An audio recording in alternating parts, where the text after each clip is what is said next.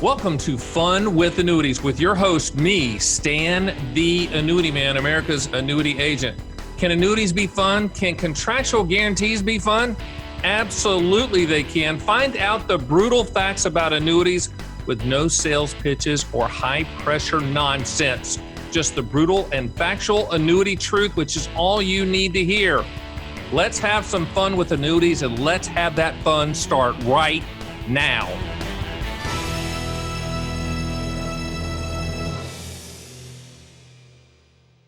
Welcome to Fun with Annuities. I'm your host, Stan, the Annuity Man, America's annuity agent, licensed in all 50 states. So glad you joined us on all major podcast platforms and the Fun with Annuities YouTube channel. I'm very happy to have a repeat guest on because he is, in my opinion, and my opinion is the only one that matters, the number one life insurance mind in the country. He's been doing it for decades and decades and decades. I know he looks young to all you people looking on the Fun with Annuities YouTube channel. That's because he's a triathlete. He actually exercises. So welcome back to Fun with Annuities, Bill Black. Appreciate you having me, Stan. Always a pleasure to be here. Always having fun. Bill and I go way back. We've been friends for a long, long time. We used to do large speeches together where we're standing in front of thousands of people talking about life insurance and annuities. We had so much fun.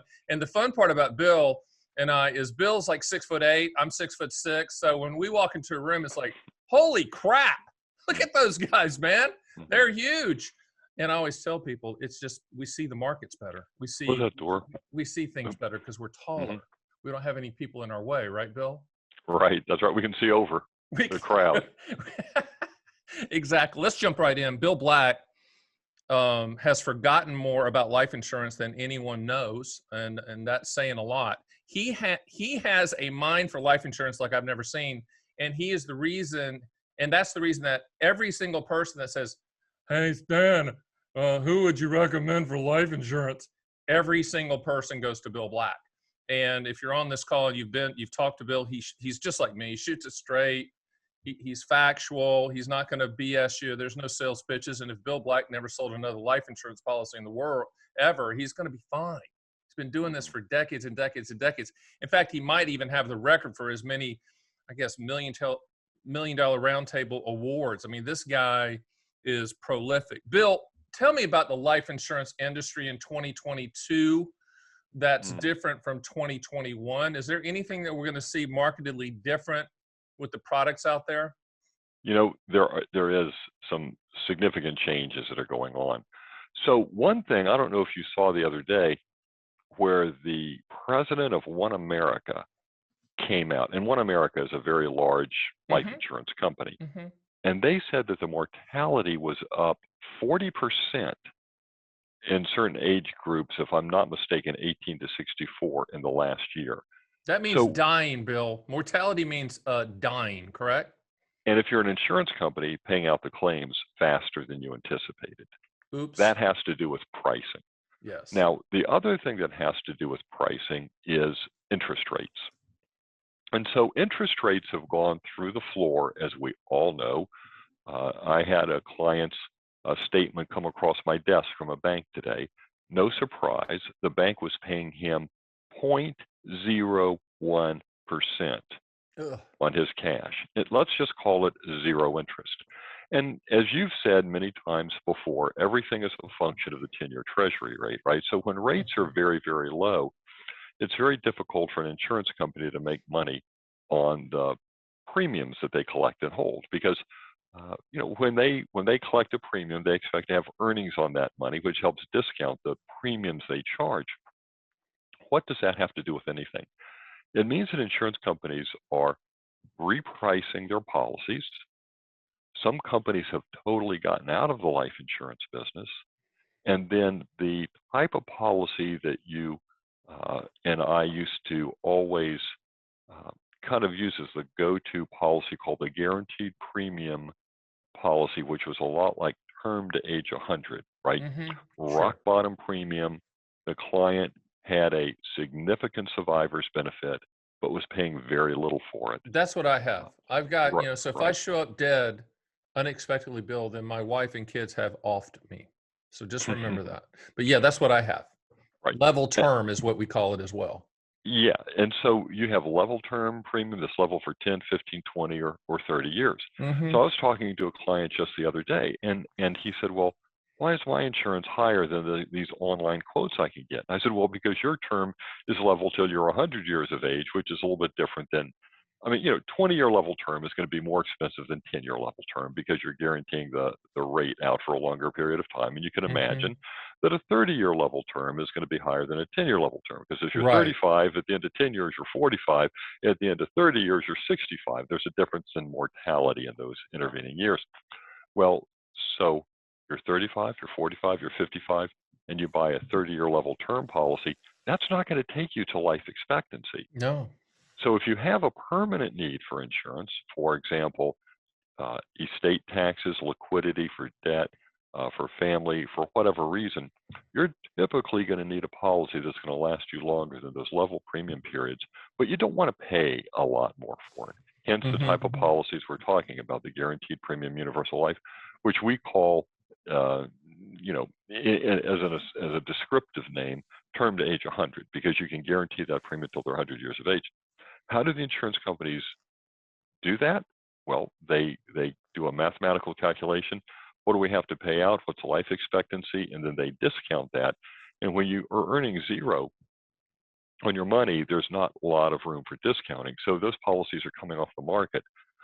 That is my favorite policy for a client for the very reason that it has the lowest premium out there. You're not building cash value in those policies. So what I say to the insurance company is, forget the cash value, cut my premium to the bone. Because if you've got $1 million policy and a $300,000 cash value and you pass away, your beneficiary gets $1 million. If you've got $1 million policy and a $300,000 cash value and you borrow out the 300, when you pass away, your survivor gets 700,000. So what good is this cash value doing? Cut my premium to the bone. I got my cash value over here in premium savings and stocks, bonds, mutual funds, side investments, CDs, whatever that might be. Then my beneficiary is going to get the value of that investment account for my premium savings, as well as the survivors benefit from the insurance. So those policies are in danger due to the interest rates going down. So that's the biggest change that's going on. And it's one of those things where there are one or two, three there's very few companies that are still making those policies available, but they're fewer all the time. So that is an endangered species, for lack of a better way of putting it. Got it. COVID. I know you've heard of it, Bill. It's this little disease out there that's taking people out to the tune, at the time of this taping, 900,000 people in the United States. How's that affecting life insurance companies, Bill? Not much. The thing is that the mortality from that is not that significant of an increase. It hasn't been that big of a factor. This other thing where the mortality is increased by 40% can't be explained by COVID. So the question is, where are those mortalities coming from? And it hasn't been figured out yet. Is it because of the depression from people being locked down? And, they say that there's a lot more people passing away from the lockdown because of depression, alcoholism, drug use, et cetera. Yeah, right. Yeah, fentanyl, all of those type of things.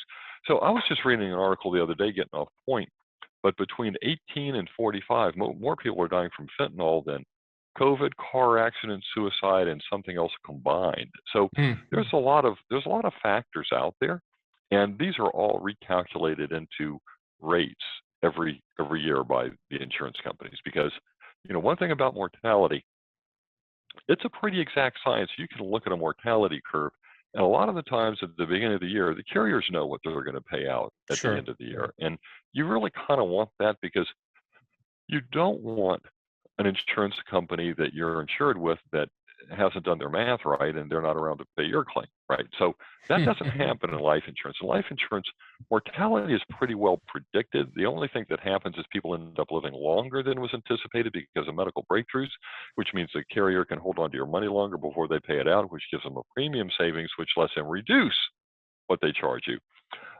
as opposed to casualty.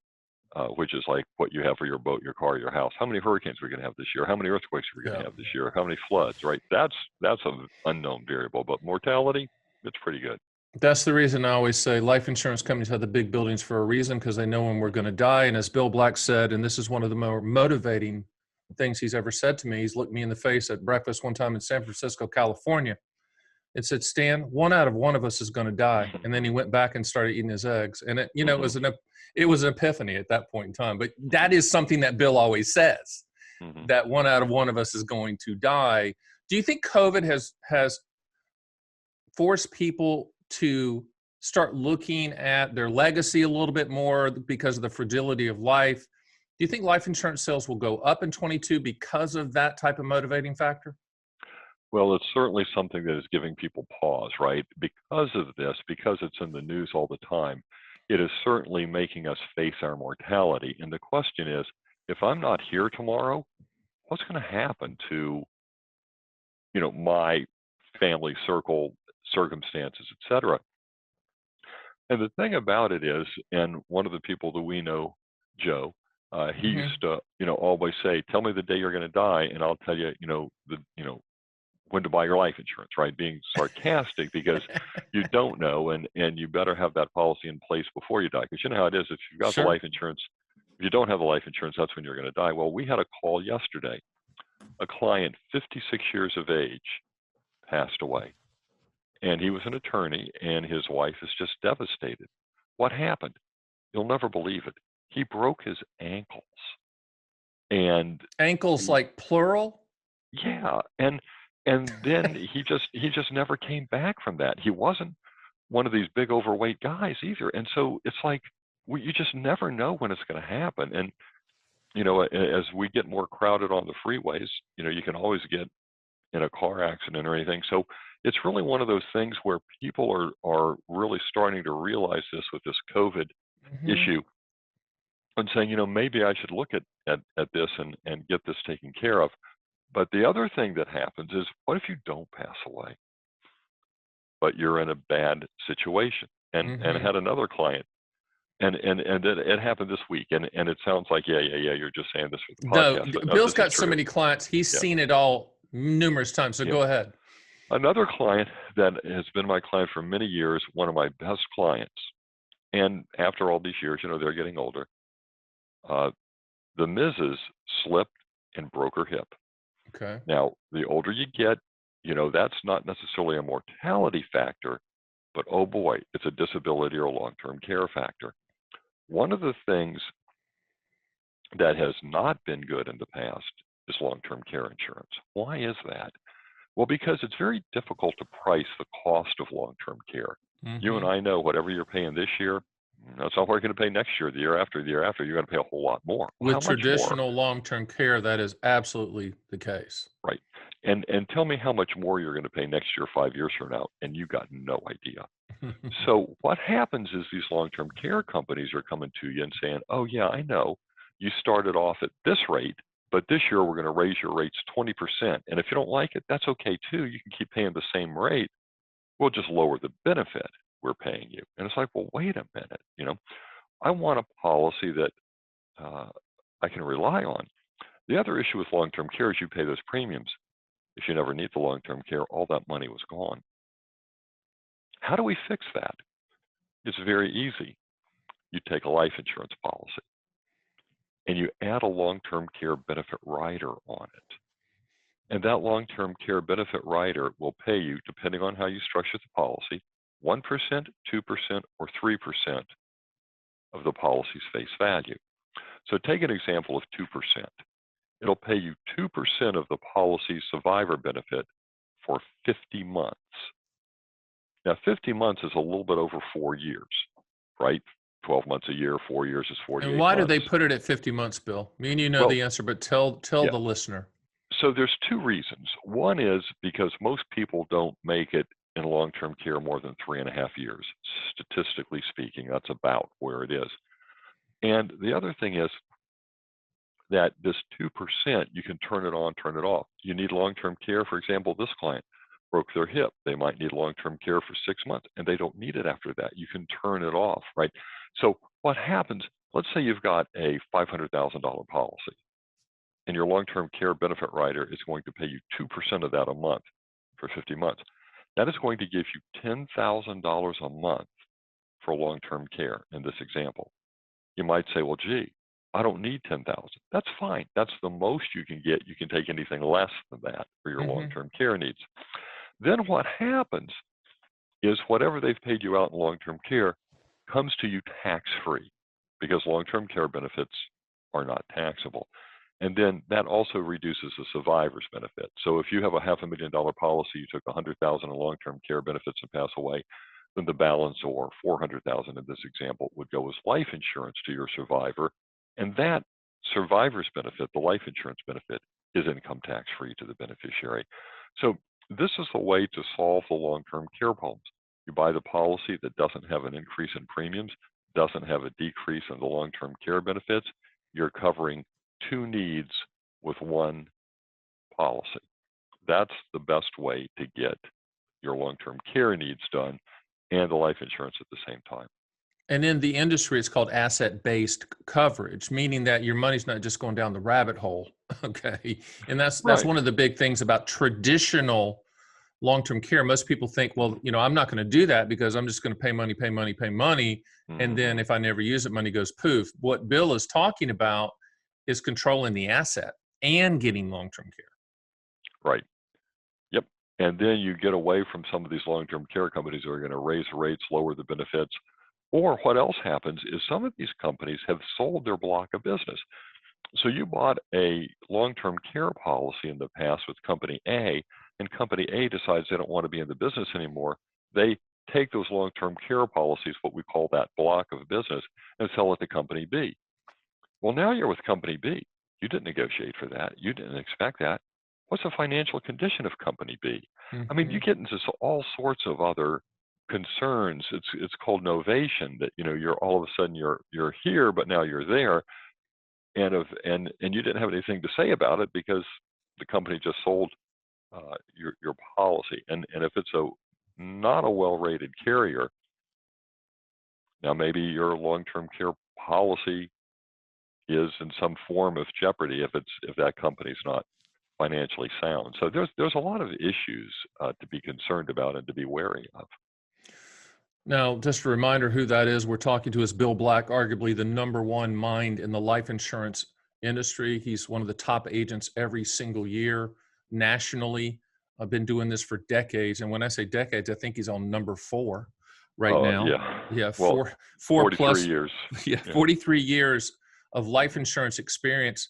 You're not going to find a smarter person to either review your policy or talk about a new policy or any type of situation that either your estate planning lawyer brings up, your CPA brings up. Bill works in conjunction with the top estate planning lawyers and CPAs in the country, and we're going to have all of his information on my site at theannuityman.com. He's independent just like me, and he's brutally factual just like me, which is the reason that we get along and the reason that I have 100% confidence in any of my listeners or any of my clients calling Bill, because I know he's going to take care of them and do the right thing from a fiduciary standpoint. Getting back to COVID, so you don't think there's going to be any life expectancy table changes because of what's happened, do you? Not particularly, no. Okay, and that's interesting because I've heard otherwise from other people, but what you're saying is the pricing that's in place is dynamic and strong, and they're just going to absorb this. I hate to call it a hiccup because that sounds like I don't care. I do care, but I'm looking at it from a business standpoint. So you're saying they're going to absorb it. It is what it is. Do you think life insurance companies will improve and get better and look at this COVID situation and possibly prepare down the road for something like this in the future? I think so. I think this has actually had a bigger impact on the casualty companies. For example, the lockdown, et cetera, when some states you couldn't go to work, you had business interruption insurance. I can't go to work. So there's a disability type of a policy or business interruption policy that you file claims on. But one thing, I want to bring up here and change the topic just a little bit. Sure. You and I did a podcast in the recent past, a client of yours called me, Mm-hmm. and one of the things we were doing was talking about what is called last to die insurance. Now, this is a type of a policy that covers both husband and wife in most instances. Why would you have a policy that covers both the husband and the wife? Well, typically those type of policies are used to pay what is known as the estate tax.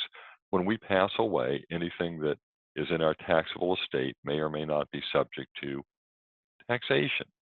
The other thing was their assets weren't that liquid, and they wanted a joint survivor policy so that when the first one passed away, the survivor still had control of the assets and could maintain their lifestyle. But when both of them passed away, they wanted to make sure there was liquidity to spread among their surviving children. And a lot of times, as you and I've seen in the past, a client might have a business and say, I'm going to leave that to my son and daughter or my two sons or whatever the case may be. And one child is running the business and one is married in another state. Well, that doesn't work because you've got one son or one child doing all the work for half the pay, right? I mean, and they start to resent the, Sure. yeah. So and this is, prescient where they're going to, split the life insurance policy cash up between the children. But the couple called me and they said, I'm looking at this. Is this premium guaranteed? And it was with a AAA rated company, very, well rated. Mm-hmm. And today you have to get what's called a compliance illustration that's about 27 pages long with full disclosure. And Mm-hmm. it shows in that it's fully guaranteed. This is Mm-hmm. a premium you pay, and it guarantees the survivor's benefit till 120 years of age. I don't want to live to 120, but this policy guaranteed to 120.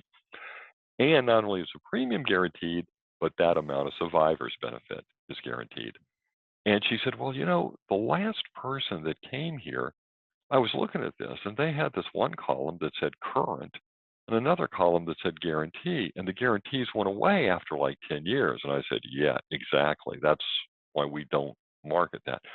And I said, well, to this other person that had brought it, what is this where it goes to zero? Oh, well, the insurance company is going to pay the claim. Then why isn't it guaranteed? Oh, well, don't worry about that. Uh-oh. Oops. What is happening today, going back to zero interest rate? That is called a current assumption policy. As long as the illustrated interest rate stays in effect, the policy will, hold up. Well, what has happened is not only have interest rates gone down, but some of those older policies have interest rate guarantees in them that are 3%, maybe 4%, and the company's not able to earn that. How do they make up the difference? Several insurance companies increased what is known as the mortality charge. And so, not to get too deep into the woods, but you pay a premium, the insurance company takes away the cost of the insurance, they credit you the difference or they credit you interest on the difference, and then that Mm-hmm. goes into your policy value. Well, if they can't guarantee or give you the guaranteed interest rate, they increase the cost of the insurance. So what does that mean? The policy starts to cannibalize itself. And a lot of people are getting calls from the insurance company that says, oh, I know you were paying X in premiums, but now we need 30% more, 40% more, maybe 100% more. Maybe you need to pay us twice what you're paying. And oh, yeah, because you get older every year, you get 1 year closer to the end of the line, your premium's going to be going up every year. Nobody is understanding this because they thought when they bought that policy that that was a premium. I mean, what do you mean you can charge me more? There are a lot of those out there. So the other thing that's really important is to have your policy reviewed and give it a health check. And the thing you used to always say, you're not using the same cell phone you were using 10 years ago. Why do you think that life insurance or annuity policy you bought 10 years ago is still up to date, right? With technology changes in your telephone, for lack of a better word, there are technology changes in life insurance and annuities with reduced interest rate, increased Sure. mortality charges, companies getting out of the business, ratings of companies that you used to think and used to be good companies, their ratings now perhaps are not so stellar. It's time to open that drawer, dust those things off, and get a review. And you know how it is. We're brokers. We can represent any company in the country. Sure. We do a significant analysis of those policies and let the numbers do the talking. If that premium is good and you can't get something for less, for the same coverage or for what you're paying, get more coverage, there's no reason to change. And you're going to But tell them that. Let me interject real quick here. You're going to tell them that, and you're going to be honest, and you're just not going to take the policy and try to flip it or right, churn it. You're going to, from a fiduciary standpoint, tell them the truth. There's no charge for this. You're hmm talking about getting 40 plus years of experience to look at your hmm policy. hmm My question to everyone listening is, why wouldn't you do that? right, Why wouldn't you do that? Bill's got hmm a big staff. He's got professionals that support him and that they can do the analysis. Bill's gonna look at it, every single one that comes across his desk. I'm just telling you, if you have a hmm life insurance policy and you've lost touch with the agent, or you just don't think the agent is as up to speed as Bill is, which they are not, I would just encourage you to do that. Have him take a look at it. I think that's one of the best things that he does, is gives that second opinion on something that is very, very important. And like you said, things change. And I think that with the clients that called you, I think you're in the process of helping them out, or at least explain to them what they own, which is oh yes, key. yeah, yes. And so this is the thing that you want to be able to do, is to move to higher ground if you have one of those policies before you become uninsurable. And all of us at one point in time will become uninsurable, right? You might be the picture of health today, but one day Hmm. we're just uninsurable. And so this is something to really be concerned about. As men, one day our prostate cancer might show up, or something else, and this is something we want to get done before that unfortunate day arrives. That's that motivational side of you, Bill, that I love. Mhm. One out of one of us is going to die, Yeah. prostate cancer, things like that. That's Oof. life. Hey, that's life insurance Mhm. speak. That's table talk for those guys. Mhm. I wanted to ask you about, and maybe you could cover what's called irrevocable life insurance trust. In the business, Mhm. it's ILITs, Sure. ILIT, irrevocable life insurance trust. Mhm. Can you explain to the listeners and viewers what that is, Mhm. where that applies, and maybe if it makes sense for people to take a look at Mhm. and get a quote? Yeah. So what happens is, an irrevocable life insurance trust, or ILIT, as you say the acronym is Mm-hmm. exactly what that is to many people kind of scary. It's irrevocable. Once I create this, I can't get anything back. Mm-hmm. Well, that's the whole idea. So because you can't get it back, so to speak, you really don't want this trust, in most cases, to own anything other than a life insurance policy. Now, why do you want an insurance trust to own a life insurance policy? Well, because anything you own or control is included in your taxable estate.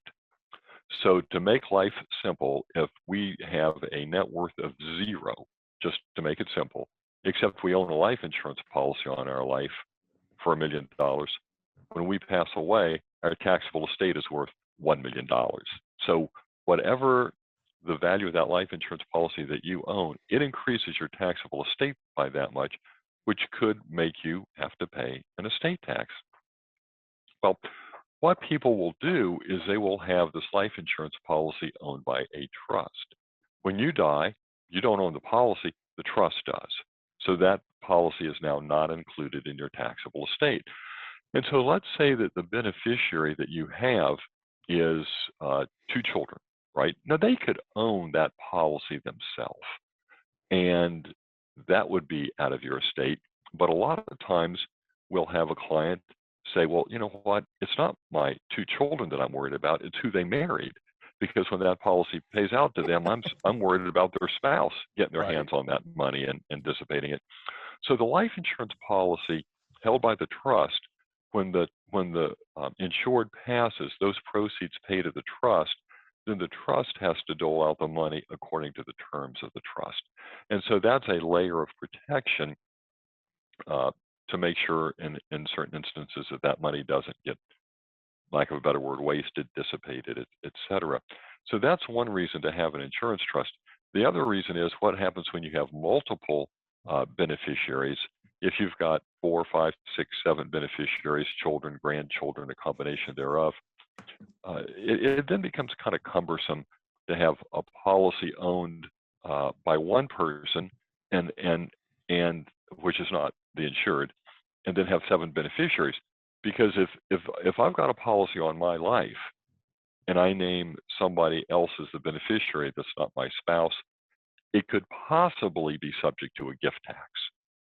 And that's another reason to have the policy owned by an insurance trust. Now, that's a whole different issue, and sometimes it will be and sometimes it won't be, so it's not in all cases. But what happens is you got one person that's insured and you've got a couple of children, a couple of grandchildren, and maybe you write it so that you're going to cover grandchildren that you don't even know about because they haven't been born yet, right? So you could leave something, let's make life simple and say you've got a son and a daughter, and you leave it to your son and your daughter 50-50 per stirpies. Well, what does that mean? The 50% when you pass away goes to your son, the other 50% goes to your daughter. If one of them predeceases you, if it goes per stirpies, it still goes, let's say in this example, the son passed away, it goes to his family per stirpies or by stripes, which means it goes to his family equally. So you might have a son, he might have a son, a daughter, a wife, right? So they would share in that. Or it would go per capita, which means if the son passes away first, then all of it goes to the daughter. This is all addressed in the trust. So these are the reasons to have a trust own that policy. Keep it out of your taxable estate, less cumbersome on how those funds are dispersed, etc. So what you've got to be careful of is how much your premium is, because you have certain gifting limitations. And so the gifting limits are a function of how many beneficiaries there are, etc. So most of the time that's not a problem, but it's still something that has to be considered and thought out. So that's why you would have a trust own the policy. And I'm smiling as you're talking because I know people are saying, wait a minute, I didn't know life insurance could be this just complex or customizable is, I guess, a better word. So, what I would encourage you to do is approach Bill and I with a specific situation and let us work on it. We've done things in the past where a person wanted to, buy a life insurance policy, but didn't want to worry about the premium. So what you do is you buy an immediate annuity. We can shop all carriers for that to fund the life insurance policy. Or we could set it up joint life with a spouse. So it funds the life insurance policy and the spouse is the beneficiary of the life insurance policy. But if it's joint life on the immediate annuity, the income continues for the wife and she gets the lump sum. I'm throwing out just a couple of ideas that we can do. And all of this is contractually guaranteed. And all of this is customizable to fit the specific goals for your specific situation. There's not a one size fits all. And we don't look at any of this as one size fits all. It's about what you are trying to achieve. And in a lot of cases, you work very hard, you've scrimped, you've saved, you've checked the boxes, you've planned. But at the end of your chapter 2 of your life, there's one more layer of planning in order to pass the money on and all this hard work the way that you want it to be passed on.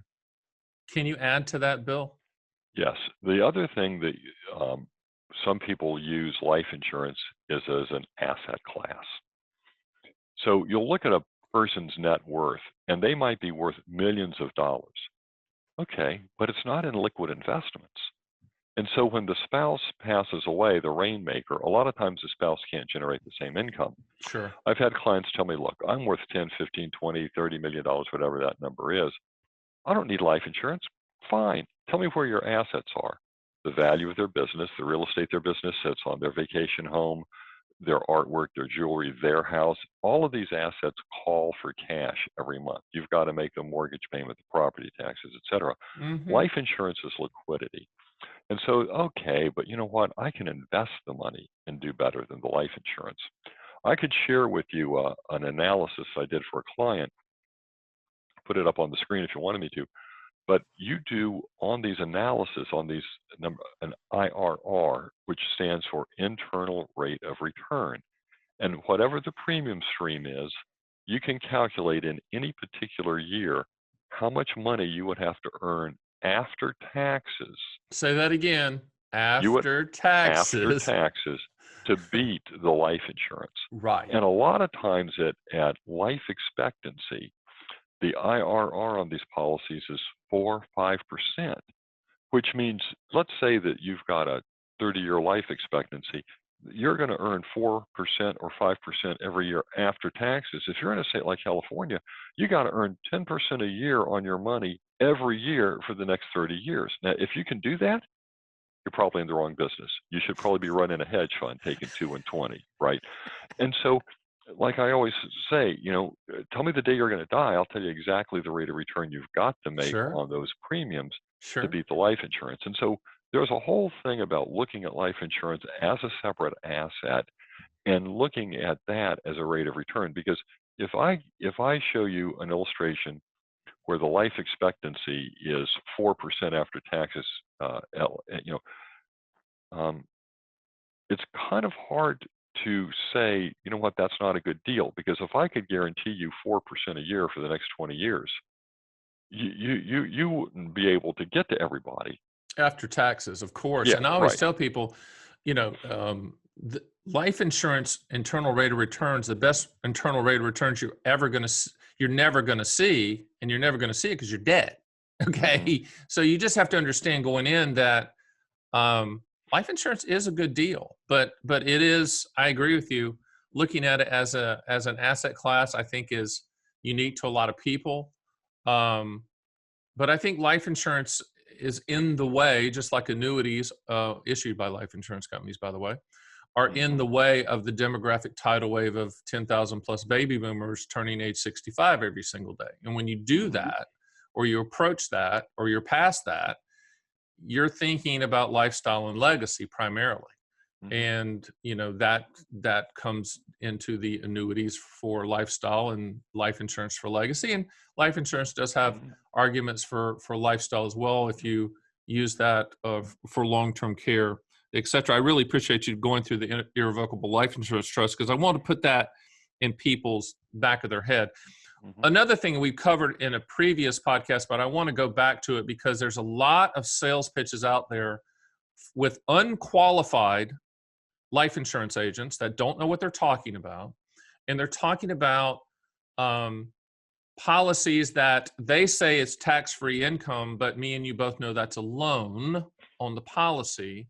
Can you explain to people this strategy and sales pitch, by the way, has been around, Bill, has it been around 30 years? They just keep Oh, renaming it. And we please. don't want to Yeah. we're not going to name the people out there promoting it under a specific name. But I want you to cover that product, blow it up factually, and then pivot and say, but this is where it might fit. Yeah. So there are times that nothing is the silver bullet. There's nothing out there that is always the right answer or always or never the right answer. So give you an example, there are some policies out there that have what is called high cash value. One of the things that people don't like about permanent insurance is you pay a pretty hefty premium and you don't have any value for 3 years. And you know what? It's very unpalatable. But these policies are still sold where, oh, look, eventually you'll build up this cash value. Eventually it'll give you tax-free income. Is it tax-free? Yes and no. Well, how can you say yes and no? Well, because that cash value that you've paid in with after-tax dollars. So you can access part of it by what is known as withdrawals to basis. You take money out of that policy's cash value, and it's not taxable if it's basis, because you're getting your own money back. It's no different than if you buy a piece of real estate for $10,000 and sell it for $10,000. There's no gain. If you buy it for $10,000 and sell it for $100,000, oh yeah, there's a $90,000 gain there. So in these life insurance policies, let's say that you borrow your basis or the money you put in out. Every time you borrow from it or every time you withdraw from it, your cash value is earning less because you've taken money out of the policy. So it's earning less, but they are still nicking you for the cost of the insurance. Okay. And then what happens is if there is cash value in excess of your premiums, you can get that all tax-free, they tell you, by borrowing against it. Fair enough. And they say the word tax-free income. It's not. It's a Right. loan. Every It's a single loan that you get, I'm going to say it really slow, loan. It's not tax-free income, period. it's coming to you without a 1099, but they are charging you interest on that Mm-hmm. loan. If you don't pay the interest out of pocket, or in cash as it's called, how's the loan interest paid? They take that from your cash value too. Mm-hmm. So if they're charging you 5% interest and you take out, $10,000 at the end of the year, you've got $10,500 loan because of the interest.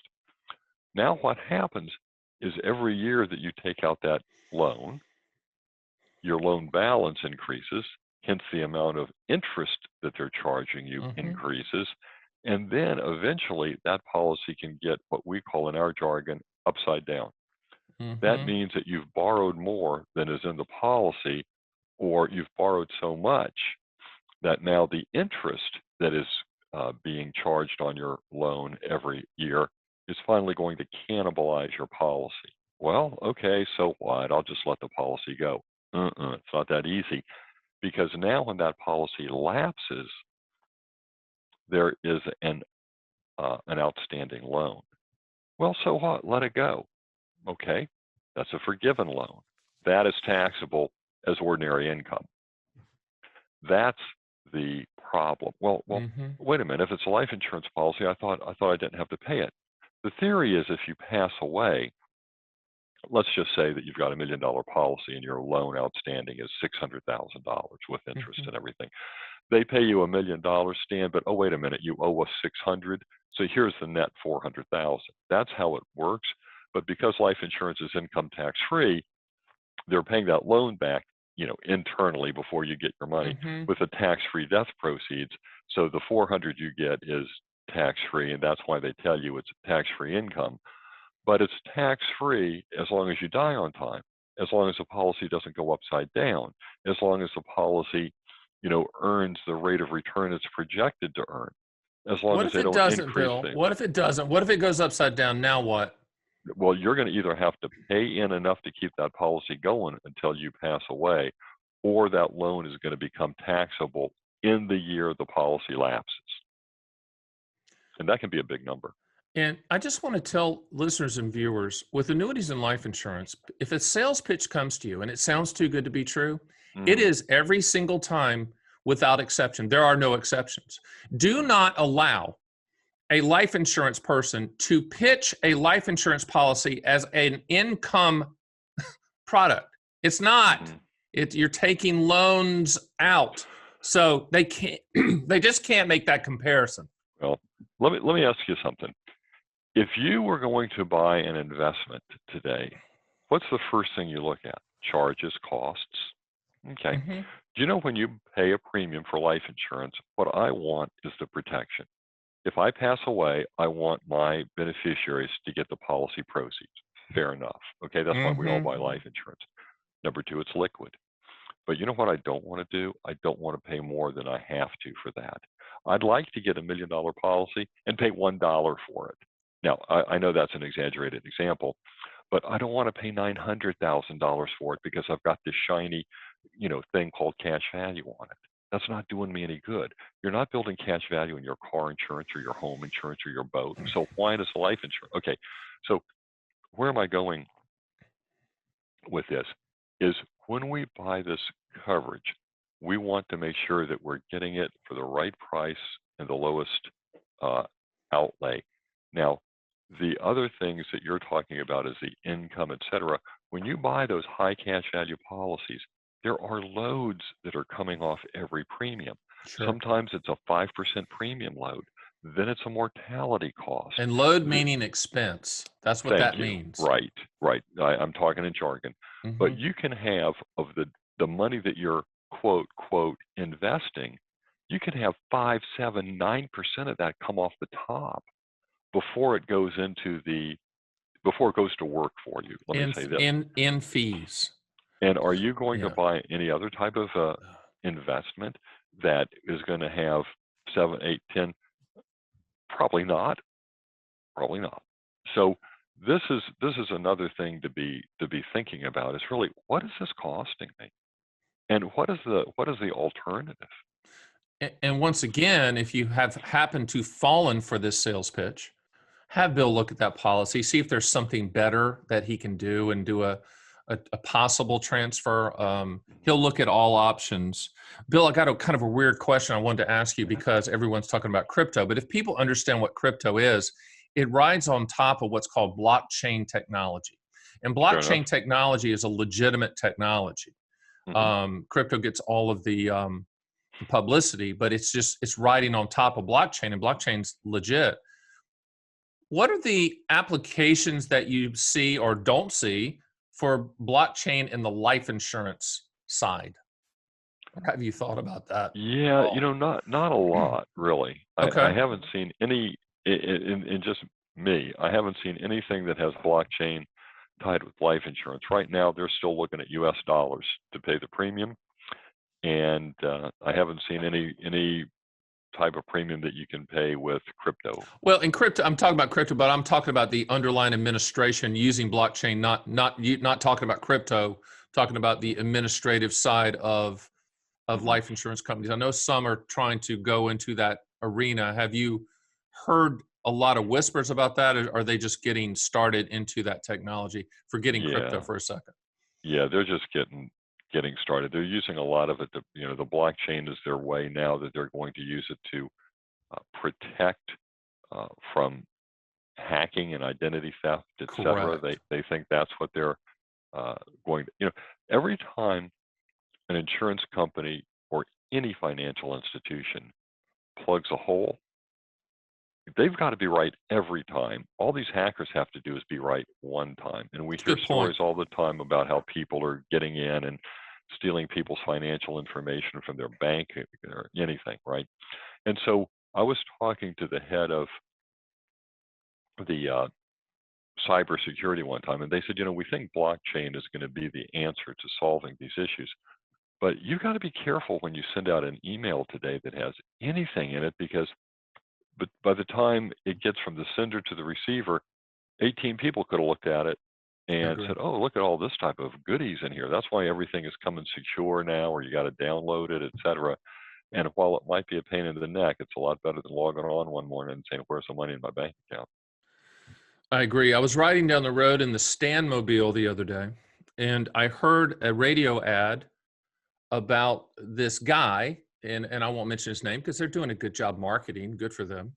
And it says, this guy has diabetes, and this, he's a life insurance agent. He has diabetes and he's overweight, but he can get you life insurance. hmm And I'm hmm sure you've heard those ads, and people have heard those ads, and respect to the company underlying that. I don't know hmm anything about them. I just heard the ad and I wanted to talk to you about it.